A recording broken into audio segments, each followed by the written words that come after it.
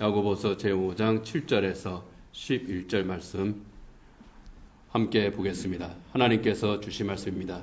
그러므로 형제들아 주께서 강림하시기까지 길이 참으라. 보라, 농부가 땅에서 나는 귀한 열매를 바라고 길이 참아 이른 비와 늦은 비를 기다리나니 너희도 길이 참고 마음을 굳건하게 하라. 주의 강림이 가까우니라. 형제들아 서로 원망하지 말라. 그리하여야 심판을 면하리라. 보라, 심판주가 문 밖에 서 계시니라. 형제들아 주의 이름으로 말한 선지자들을 고난과 오래 참음의 본으로 삼으라. 보라, 인내하는 자를 우리가 복되게 하나니 너희가 욥의 인내를 들었고 주께서 주신 결말을 보았거니와 주는 가장 자비하시고 긍휼히 여기시는 이시니라. 아멘. 네, 요즘 더 글로리라고 하는 드라마가 많은 사람들의 관심을 끌고 있습니다. 저는 이 드라마가 소재가 학교 폭력을 소재로 했고 또 복수를 모티브로 하고 있어서 굳이 볼 생각은 이제 없었습니다. 그래서 아직 보지는 못했는데 보는 사람들이 굉장히 많은 것 같아요. 그래서 여러 사람으로부터 그 내용을 전해 들었습니다. 그래서 안 봤지만 본 것 같아요. 주인공 이름도 제가 굉장히 익숙합니다. 이제 송혜교라고 하는 그 탤런트가 주인공을 맡았죠. 동은이라고 하는 이 여성이 학교 폭력을 좀 심하게 당했습니다. 어른이 되어서 과거 자기에게 학교 폭력을 가했던 사람들을 응징하는 겁니다. 그 복수하는 내용이 이 드라마의 내용입니다. 그런데 제가 여러 사람들의 이야기를 듣고 또 그에 관련된 글도 읽고 해보니까 그냥 일반적인 그런 복수, 내가 너한테 크게 당했으니까 너는 나보다 더 심하게 당해야 돼. 뭐 그런 일반적인 복수는 아닌 것 같아요. 내가 너한테 지옥 같은 그런 그 고통의 맛을 봤으니 너는 그보다 더 심하게 고통당해야 돼. 그런 그 피해 복수가 아니라 폭력과 상처 속에서 자기의 존엄을 잃지 않고 인간으로 살아가는 것이 더 글로리가 전하는 복수의 내용이다. 공감 가는 면도 있고 꼭 그런가 하는 측면도 있긴 합니다. 그렇지만은 일반적인 그러한 복수는 아니었던 것 같아요. 한 대목에 대해서 소개하는 내용을 봤습니다. 이 주인공 동은이가 자기를 도와주는 그 여성이 있습니다. 그 현남이라고 하는 그 여성의 딸을 이 여성도 그 집에 가정폭력이 있었나 봐요. 동은은 학교폭력을 당했고 이 집은 가정폭력입니다. 그래서 그 딸을 가정폭력으로부터 해외로 도피를 시킵니다. 그래서 그런 말을 한다고 그래요. 열심히 유학생활하고 여행도 다니고 좀 미술관도 가고 이렇게 자기 생활을 즐겨라. 그리고 그것은 자신이 해결할 수 없는 그 과거의 상처, 가정폭력 자기가 해결할 수 없잖아요. 거기 얽매이지 않고 한 발짝 멀어지는 거다. 그리고 현재를 행복하게 채워가는 거다. 상처로 뒤엎어진 과거를 적절히 쳐다보고 외면하면서 내일을 살아가는 것이 그게 딸로서 할 수 있는 최고의 복수다. 그러니까 네 인생을 살아라 하는 거죠. 거기에 가정폭력에 매여서 거기에 짓눌려서 자기의 인생을 파괴하지 말고 오히려 거기에서 벗어나서 자기의 인생을 제대로 살아가는 것이 그것이 복수다. 그러면서 외면이라고 하는 단어를 씁니다. 외면한다고 해서 도피하라는 건 아니에요. 자기 앞날을 내다보면서 사는 것이 최고의 복수다. 실제로 이런 대사가 있었는지 아니면 이 사람의 평가였는지 그건 모르겠어요. 그렇지만 그건 참 현명한 말이죠. 거기에 매이면 안 됩니다. 거기에 묶이면 안 돼요. 그러면 결국 자기가 거기에 무너지고 마는 겁니다.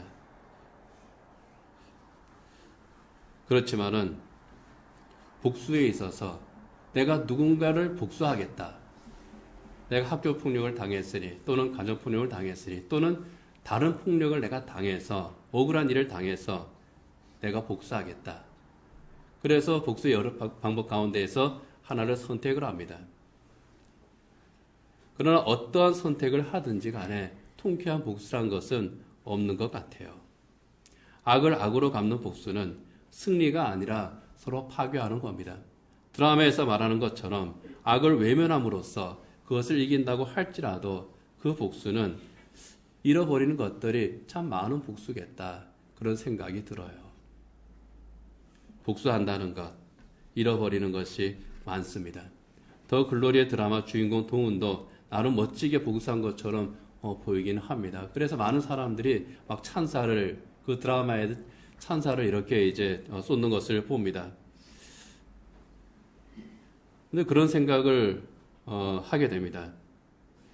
복수를 위해서 20대, 30대의 시간을 사실상 잃어버린 삶을 살았다고 한다면 그 주인공도 역시 복수의 굴레에서 벗어나지 못한 것이 아닐까.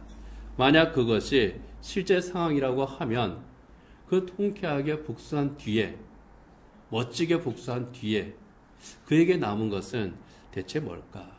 정말 행복할까? 하는 그런 생각을 했습니다. 그래서 그 생각의 해답을 얻기 위해서 그 드라마를 한번 꼭 봐야 되겠다. 정주행해야 되겠다. 그런 생각을 하기는 합니다. 살다 보면은 이 드라마처럼 극단적인 것은 아니지만은 부당한 일, 억울한 일을 당하는 때가 있습니다. 불공평한 일을 우리가 겪습니다. 왜 고난을 당해야 하는지 납득이 가지 않습니다. 괴로움과 고통의 원인이 내 잘못이나 내 죄 때문이 아닐 때는 정말 더욱 견디기 힘들죠. 바로 그러한 때에 그것 때문에 내 마음에 상처가 생기고 그것 때문에 미워하는 마음이 생기고 분노하게 될 때 어떻게 대응해야 되는가? 그리스도의 대응에 대해서 오늘 본문은 우리에게 말씀을 하고 있습니다. 오늘 우리가 세 가지를 살펴볼 텐데요. 오늘 야고보 사도는 그 세 가지 우리에게 첫 번째로 길이 참으라고 우리에게 권면을 합니다. 야고보서 5장 7절에 보면은요. 그러므로 형제들아 주께서 강림하시기까지 길이 참으라. 보라 농부가 땅에서 나는 귀한 열매를 바라고 길이 참아 이른 비와 늦은 비를 기다린다고 말합니다. 농부가 열매를 바라보고 인내하듯이 길이 참으라고 하는 겁니다. 이 길이 참으라고 하는 말은 끝까지 참으라고 하는 뜻이구나. 이제 그렇게 우리가 이해를 하는 그런 말이죠. 그런데 헬라어 이 길이 참으라고 하는 이 헬라어 마크로디메사테라고 하는 이 헬라어를 보면은요. 소망 가운데 기다려라 그런 의미가 들어 있습니다. 참는데 참아야지 막 마음을 억누르면서 이 순간만을 내가 그냥 견뎌야 되겠다. 그렇게 억지로 견디는 것이 아니라 소망을 가지고 기다리는 겁니다. 끝이 있다는 거예요. 농부가 이른 비와 늦은 비를 기다리는 것처럼 소망 가운데에서 기다려라. 그것이 바로 길이 참으라 하는 이 말씀의 의미입니다. 이른 비와 늦은 비는 우리가 잘 아는 것처럼 그 이스라엘에 내리는 그 비를 말합니다. 이른 비는 우리는 생각하면은 이른 비다 그러면 이건 봄비고 늦은 비 그러면은 여름이나 가을에 내린 비겠다 생각하기 쉬운데 유대인에게 있어서 이스라엘에 있어서 이른 비와 늦은 비는 좀 다릅니다. 이스라엘의 이른 비는 가을에 내리는 비예요. 늦은 비는 봄에 내리는 비입니다. 왜냐하면 이스라엘은 파종을 가을에 합니다. 여름에 이 햇볕에 땅이 굳어져 있습니다. 건기죠. 그때 땅이 굳어져 있을 때에 가을에 비가 내립니다. 이 내린 비가 밭을 갈기 알맞게 적셔져요. 그러면은 거기에 밭을 갈기 시작합니다. 그리고 파종을 합니다. 겨울이 지나면서 이제 곡식이 이제 자라게 되죠. 그리고 봄에 비가 또 내립니다. 겨우내 그 땅 속에 들어있던 그 씨앗이 이 봄에 내리는 비를 맞으면서 싹이 트기 시작합니다. 열매를 맺습니다. 그래서 가을에 내리는 비는 농사 짓기에 알맞게 해주는 비고요. 그리고 봄에 내리는 이 늦은 비는 농작물이 결실할 수 있도록 도와주는 비입니다. 농부가 그것을 기다린다는 거예요. 때를 기다리는 겁니다. 씨를 뿌리자마자 열매를 거둬야 되겠다. 이런 성급한 마음으로, 조급한 마음으로 농사를 짓지 않습니다. 농부는 때를 기다리면서 농사를 짓습니다. 씨를 뿌리고 기다립니다. 비가 내리는 때를 기다리고요. 싹이 날 때를 기다리고요. 그것이 열매를 맺을 때까지 기다립니다. 그렇게 농사를 짓습니다. 농부가 그렇게 때를 바라보면서 농사를 짓듯이 그 때를 기다리라는 겁니다. 그리고 그리스도인에게서 그 때는 주님께서 강림하시는 때입니다. 주님께서 강림하시는 때라고 하는 말에는요, 중의적인 의미가 있습니다. 하나 우리 주님께서 재림하시는 그 때입니다. 승천하신 주님께서 영광 가운데에서 재림하시는 그날, 내가 다시 오겠다고, 너희가 본 것처럼 다시 오겠다고 약속하신 바로 그날, 바로 그때입니다. 그리고 또 하나는 하나님께서 우리에게 주시는 응답의 때입니다. 주님께서 우리를 찾아오시고 응답을 가지고 우리를 찾아오시는 바로 그때입니다. 이른 비가 내리면 파종의 때를 압니다. 그래서 밭을 가기 시작하죠. 씨를 뿌립니다. 늦은 비가 내리면 이제 결실의 때가 왔구나. 그래서 추수의 준비를 합니다. 그것처럼 하나님의 응답의 때를 소망 가운데에서 기다리고 하나님의 때를 눈을 가지는 겁니다. 이것이 농부의 인내입니다. 이것이 그리스도인의 인내입니다. 하나님께서 허락하시는 그 때를 기다리는 것, 하나님께서 예정하시고 하나님께서 이루시는 그 때를 소망 가운데서 바라보면서 기다리는 겁니다. 내가 왜 이렇게 되었는가 한탄하면서, 그리고 내가 저 인간만은 도무지 용서할 수 없다고 복수의 칼을 갈면서 그렇게 인생의 시간을 허비하는 것이 아니라 하나님께서 주시는 더 복된 것을 바라보면서 더 귀한 은혜의 열매를 소망 가운데 바라보면서 더 나은 삶을 살아가는 것, 이것이 바로 길이 참는 겁니다. 그리고 두 번째는요, 마음을 굳건하게 하라고 권면을 합니다. 야고보서 5장 8절입니다. 같이 한번 읽어보겠습니다. 너희도 길이 참고 마음을 굳건하게 하라. 주의 강림이 가까우니라. 너희도 길이 참고 그 다음에 마음을 굳건하게 하라고 권면을 하고 있습니다. 마음을 굳건하게 하라고 하는 것은요, 견고하게 해라, 마음을 고정시켜라, 그런 뜻입니다. 흔들리지 말고 한 군데에 고정시키라는 겁니다. 태풍이 붑니다. 바다에 큰 태풍이 불어서 풍랑이 일어납니다. 그러면 어떻게 합니까? 배는 닻을 내립니다. 닻이 바다 밑에 단단하게 고정되어 있으면은 그 배는 태풍이 부는 그 바다 위에서도 떠내려가지를 않습니다. 그 자리를 지키고 있습니다. 그렇지만 닻이 바다 밑에 고정되어 있지 않다면은 그 배는 태풍에 휩쓸려서 떠내려가고 말죠. 마음을 굳건하게 하라는 것은 바로 그런 의미입니다. 너의 마음을 단단히 고정시켜라. 배에서 닻을 내리듯이 너의 마음의 닻을 단단히 고정시켜라. 어디에 고정시키는 겁니까? 여러분, 우리의 마음의 닻은 어디에 고정되어 있습니까? 우리는 믿음의 닻을 어디에 내리고 있습니까?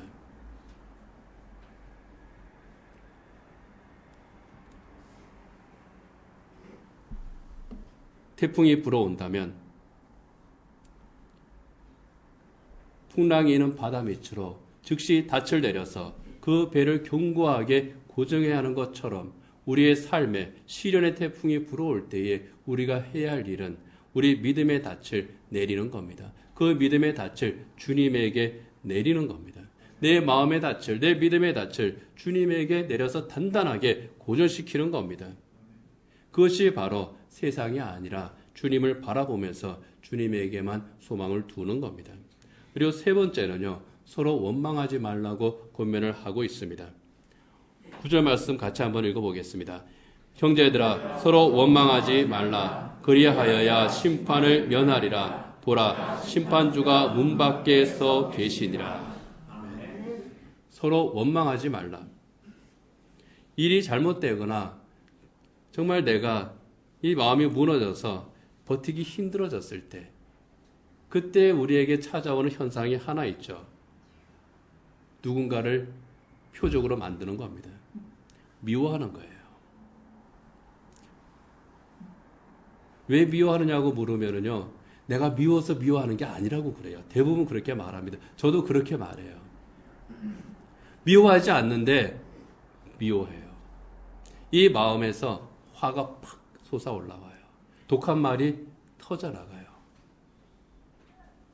왜요? 내가 못 버티니까.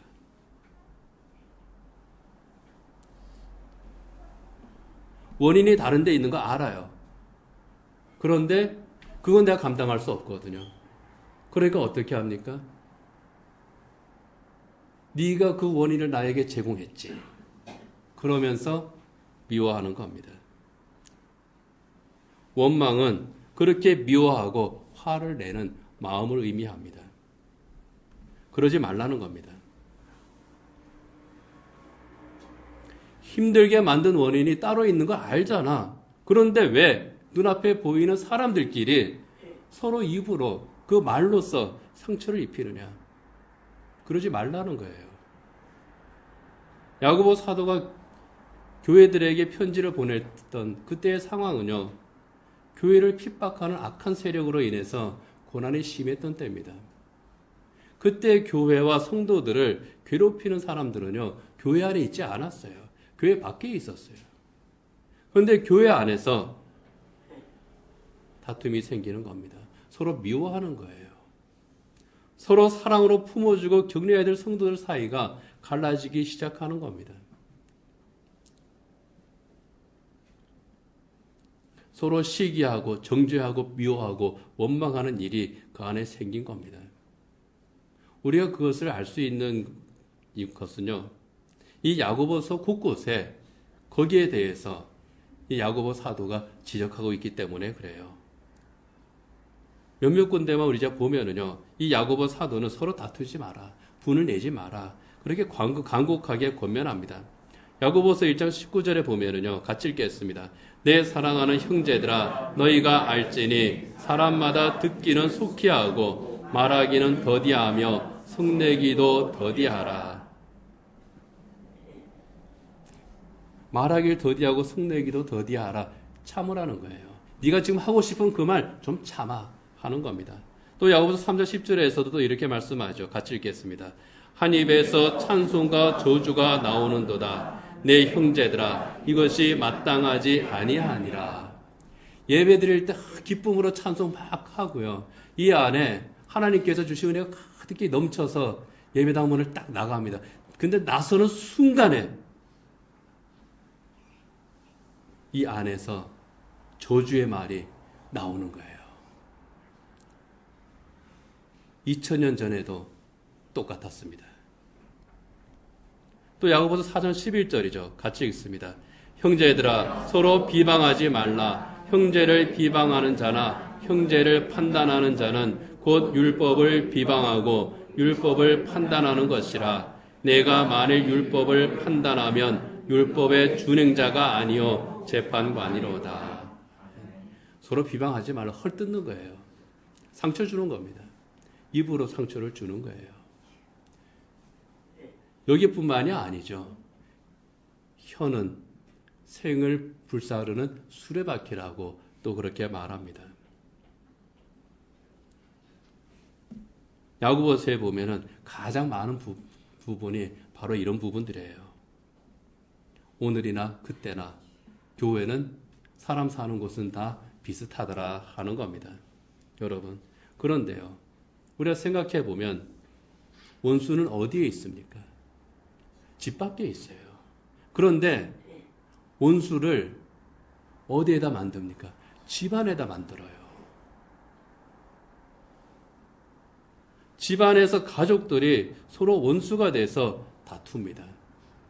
사탄만 좋아할 일이에요.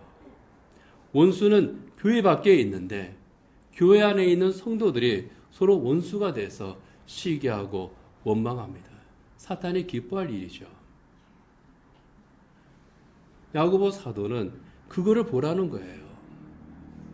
그래서 야고보 사도가 3장 16절에서 이렇게 말합니다. 같이 읽겠습니다. 시기와 다툼이 있는 곳에는 혼란과 모든 악한 일이 있음이라. 시기와 다툼이 있는 곳, 원망으로 말미암은 시기와 다툼이 있는 곳에는 혼란과 모든 악한 일이 있다. 혼란과 모든 악한 일이 있다고 하는 이 말은요, 원망하게 될 때에 그 원망하는 대상에게 내가 먹히고 만다는 거예요. 내가 원망하는 바로 그 사람이 아니라 원망하게 하는 바로 그 악한 세력에게 내가 먹히고 만다는 겁니다. 그래서 혼란과 모든 악한 일이 있다고 말씀을 하고 있는 겁니다. 그 혼란과 악한 일은요, 서로 원망하고 있는 그 피해자들을 향해서, 서로 원망하고 있는 것은 서로 피해자예요.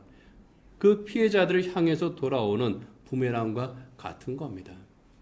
내가 내뱉는 그 말 한마디가, 내가 내뱉는 그 미움의 언어 하나가, 그리고 내가 내뱉는 불신의 언어 하나가 부메랑이 돼서 상대도 치고 나도 치는 겁니다. 그래서 가정이 파괴되고 교회가 시험이 드는 거죠. 그래서 원망하는 자가 되지 말라는 겁니다. 원망하는 자가 되지 말고 화평하게 하는 자가 되라. 이렇게 공고를 하고 있는 겁니다. 오늘 보면 18절 같이 읽겠습니다. 화평하게 하는 자들은 화평으로 심어 의의 열매를 거두느니라. 아멘. 두 가지 열매를 이야기를 하죠. 서로 시기하고 원망할 때 그때 맺는 열매는 뭡니까? 악의 열매예요. 그러나 서로 화평하게 할 때에 그때 맺는 열매는 뭡니까? 화평으로 심어 거두는 의의 열매입니다. 우리가 거둘 열매는 이거라는 겁니다. 우리의 가정에서 맺어야 열매는 바로 이 열매예요. 이것이 바로 믿음의 열매고 사랑의 열매입니다. 교회가 맺어야 열매가 바로 이 열매죠. 이 열매를 맺기 위해서 우리가 버려야 될 것이 뭡니까? 시기하고 다투고 원망하는 그 모든 마음과 말들, 이것을 참지 못하는, 인내하지 못하는 우리의 연약함, 이것을 내려놓으라는 겁니다. 그러면서 원망하지 않으면서 길이 참아서 의의 열매를 맺은 한 사람, 믿음의 사람 욥을 소개를 하죠. 11절입니다. 같이 읽겠습니다. 보라, 인내하는 자를 우리가 복되다 하나니 너희가 욥의 인내를 들었고 주께서 주신 결말을 보았거니와 주는 가장 자비하시고 긍휼히 여기는 이시니라. 아멘. 욥은 설명이 필요 없는 그런 믿음의 사람이죠. 하나님께서 인정하신 믿음의 사람, 순전하고 정직하고 악에서 떠난 사람. 이 말의 뜻은 뭐냐 하면요, 욥은 저주를 받을 일이 없는 사람이다, 그런 뜻입니다. 인과응보의 그 원칙으로 볼 때에 절대로 벌 받을 일이 없는 사람, 그가 바로 욥입니다. 그런데 하루아침에 자기의 전 재산과 그리고 자기의 자녀들과 자기의 건강 모두 다 잃어버리게 되죠. 정말 억울한 고통입니다. 그런데 그 고통 가운데에서 욥은 어떻게 합니까? 인내하죠. 욥의 인내는 어떻게 나타납니까? 원망하지 않는 것으로 나타납니다. 도리어 욥은 고백합니다. 내가 빈몸으로 세상에 왔으니 빈몸으로 돌아가는 것이 마땅하지 뭐. 당신 그 많은 재산 다 잃어버렸잖아. 어떡할래? 그랬는데 내 빈몸으로 왔는데 빈몸으로 돌아가는 거 당연한 거 아니야? 그렇게 말합니다. 원망하지 않습니다. 욥의 아내가 이렇게 비참한 꼴로 살려면 하나님 원망하고 죽어버리시라고 그렇게 말했을 때에도 당신의 말이 참 어리석은 말이다. 그러면서도 자기 아내를 원망하지 않습니다. 하나님 원망하지 않고 누구도 원망하지 않습니다. 오히려 욥기 23장 9절에 10절에 보면은 아주 유명한 고백을 하죠. 같이 읽어보겠습니다. 그가 왼쪽에서 일하시나 내가 만날 수 없고 그가 오른쪽으로 돌이키시나 배울 수 없구나. 그러나 내가 가는 길을 그가 아시나니 그가 나를 단련하신 후에는 내가 순금같이 되어 나오리라. 내가 가는 길을 그가 아시나니, 아주 유명한 신앙 고백 아닙니까? 그가 나를 단련하신 후에는 내가 순같이 되어 나오리라. 얼마나 대단한 신앙 고백입니까? 그런데 이 신앙 고백의 앞부분, 사실은 그 앞부분이 더 중요합니다. 그가 왼쪽에서 일하시나 내가 만날 수 없고 그가 오른쪽으로 돌이키시나 배울 수 없구나. 여러분, 내가 가는 길을 그가 아시나니, 이거는요, 하나님께서 내가 하나님이 누구신지 내가 알고 내가 어떤 사람인지 하나님께서 나를 알고 있기 때문에 나는 어떤 일이 있어도 이 시련에 넘어지지 않고 승리할 수 있습니다. 그런데 욥은요, 나 하나님 잘 몰라요 라고 말합니다. 그냥 내가 가는 길을 그가 아시나니 요 부분만 보면은요, 내가 하나님을 너무 잘 알고 하나님 나를 너무 잘 아는 것 같은데 이 앞부분을 보면은요, 그가 왼쪽에서 일하시는데 내가 만날 수가 없고 그가 오른쪽으로 돌이키시는데 내가 볼 수가 없구나. 한마디로 말하면은 저 하나님 잘 모르겠어요 하는 거예요. 그런데 이게 불신의 말이 아닙니다. 내 고난이 여전히 이해가 되지 않습니다. 그러나 나는 여전히 하나님을 신뢰합니다. 굉장히 역설적인 신앙 고백이에요. 모르기 때문에 오히려 더 잘 아는 겁니다.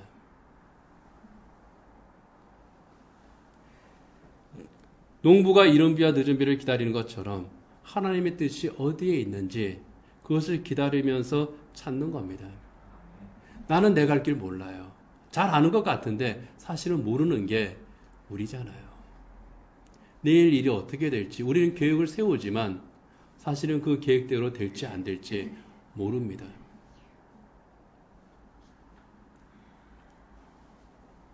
그런데 욥은 하나님께서는 아십니다. 내가 모르는 그 길 하나님께서는 아십니다. 그래서 이 시련을 통한 연단의 시간이 지나면 하나님께서는 내게 은혜의 날을 주실 것을 믿습니다.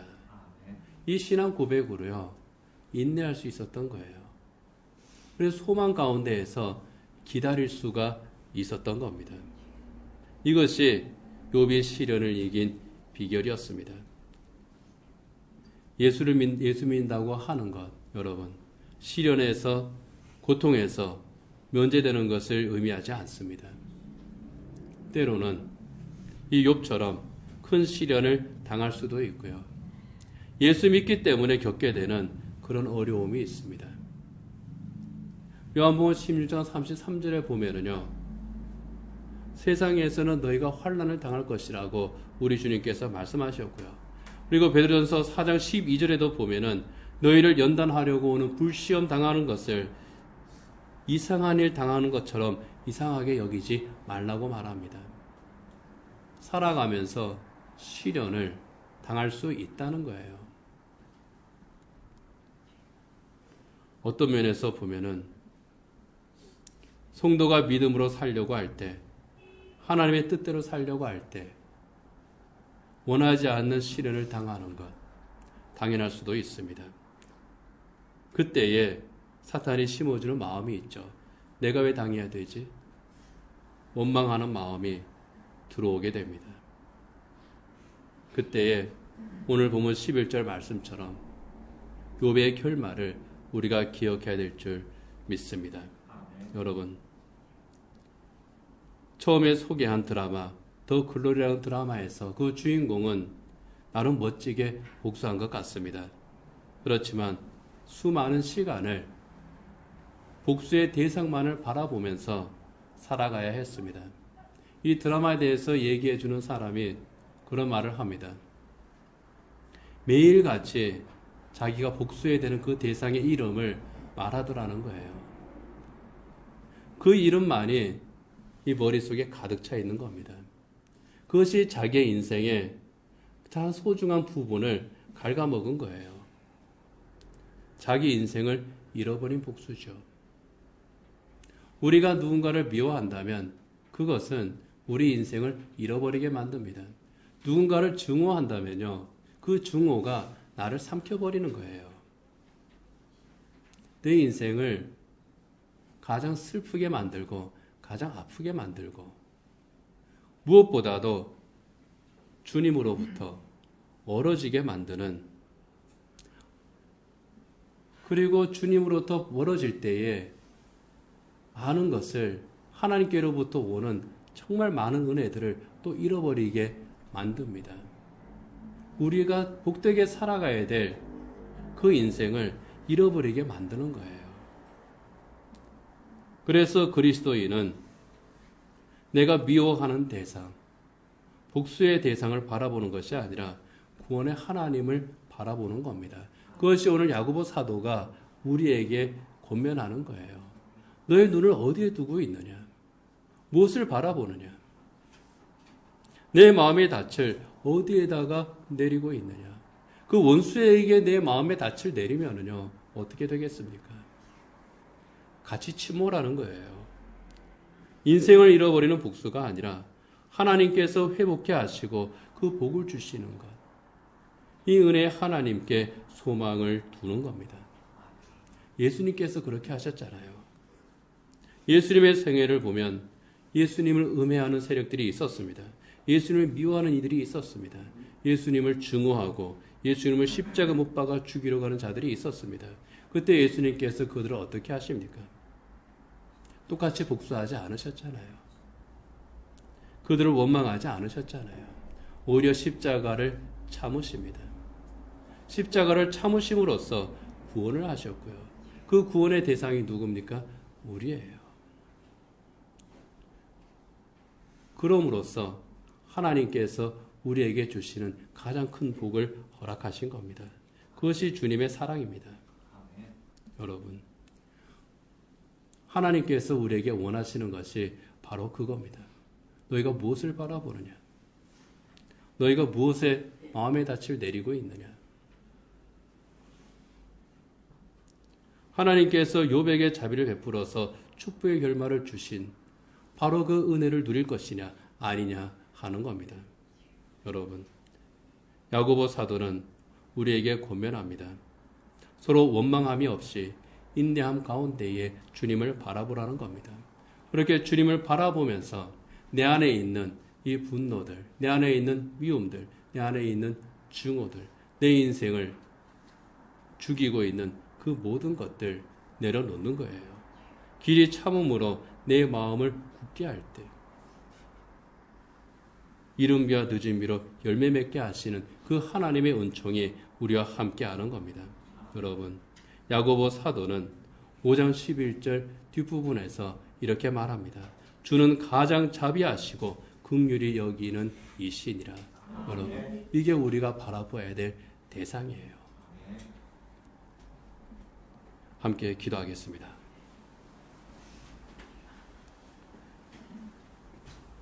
하나님 아버지, 이 세상을 살아가면서 우리에게 여러 가지 상처들이 있습니다. 특별히 마음의 깊은 상처를 가진 이들이 있습니다. 그것 때문에 가장 가까운 이들과 관계가 깨어진 이들이 있고 또 믿음에 흔들림이 있는 그런 이들이 있습니다. 그 상처 때문에 그 상처를 이기지 못해서 안타깝게도 관계가 깨어지고 주님으로부터 멀어진 그런 이들이 있습니다. 주님, 그 마음들을 붙들어 주시고 회복하여 주시옵소서. 주님을 바라보게 하시고 그 가운데 치유되게 하시고 주님,